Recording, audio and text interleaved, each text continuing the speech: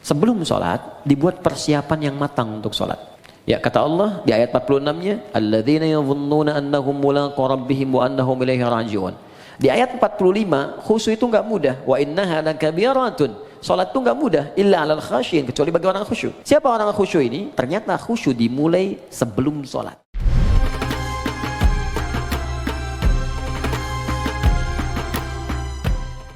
Assalamualaikum warahmatullahi wabarakatuh. Assalamualaikum.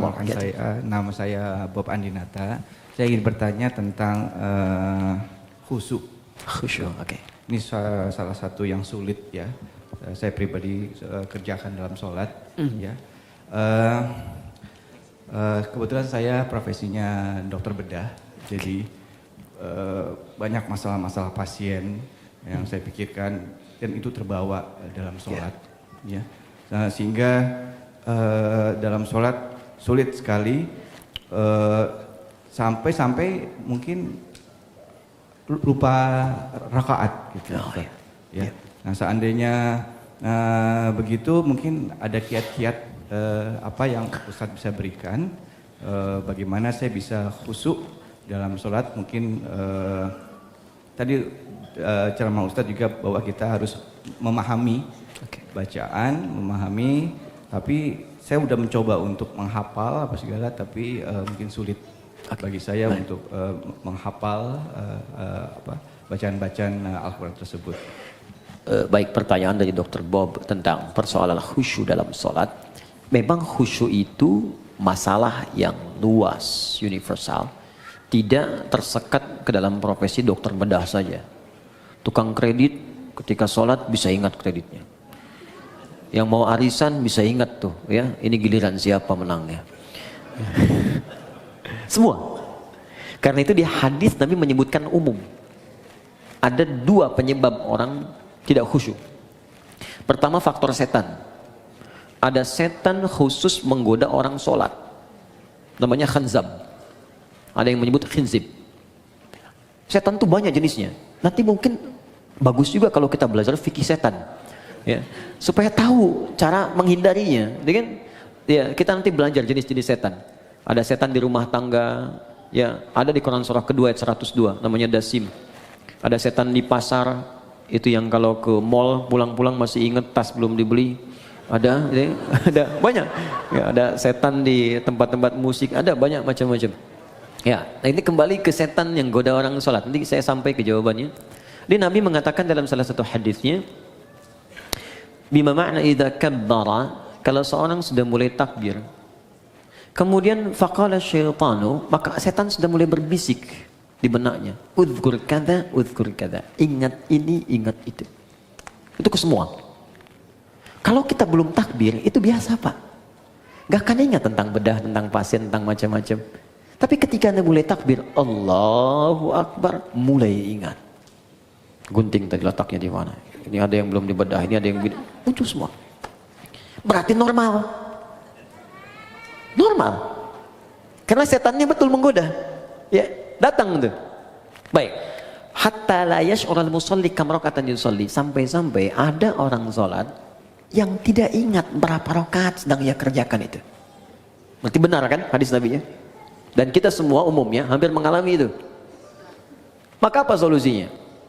Maka yang pertama sebelum sholat diminta kita untuk berlindung kepada Allah, berniat dengan benar. Innamal a'malu binniyat, semua amal bergantung pada niatnya. Maka kalau kita khawatir waswas, fasta'iz billah, minta perlindungan kepada Allah dari godaan setan. Boleh ta'awudz, a'udzubillahi minasyaitonir rajim. Ada yang baca An-Nas, ya, qul a'udzu birabbin nas, minta kepada Allah perlindungan. Itu boleh dilakukan. Ini bagian pertama. Dan ulama di sini nggak ada persoalan memohon kepada Allah perlindungan sebelum sholat, karena sholat dibuka dengan takbir secara bacaan, kemudian ditanamkan dengan niat. Yang kedua, ini yang paling penting, Quran surah ke 2 Al-Baqarah ayat 45 sampai 46. Sebelum sholat dibuat persiapan yang matang untuk sholat. Ya, kata Allah di ayat 46-nya, alladzina yadhunnuna annahum mulaqu rabbihim wa annahum ilaihi raji'un. Di ayat 45, khusyuk itu enggak mudah. Wa innaha lakabiratun. Salat itu enggak mudah illa 'alal khasyin, kecuali bagi orang khusyuk. Siapa orang khusyuk ini? Ternyata khusyuk dimulai sebelum salat. Bukan saat sedang salat. Jadi ada tahapan khusyuk dimulai sebelum sholat. Apa persiapannya? Tadi, yadhunnuna annahum mulaqu rabbihim. Satu, orang khusyuk itu orang yang merasakan dalam jiwanya akan menghadap kepada Allah. Karena itu ketika akan menghadap kepada Allah, kata Allah, kenakan pakaian yang bagus. Kamu dapat undangan dari orang lain, pakaian bagus. Dapat undangan dari Sang Pencipta, kenapa pakaian biasa-biasa? Makanya pakaian itu cenderung juga mengondisikan kita untuk bisa nyaman dalam sholat. Silahkan cek, pakai kaos oblong, ya dengan pakai baju koko, sama-sama sah menutup aurat. Tapi rasanya lain kan? Ya kan? Oke, kemudian yang paling menarik, di ujungnya, wa annahum ilaihi raji'un. Tenang sebentar. Kalau Anda mendengar kalimat raji'un, raji'un, raji'un, apa yang terbayang?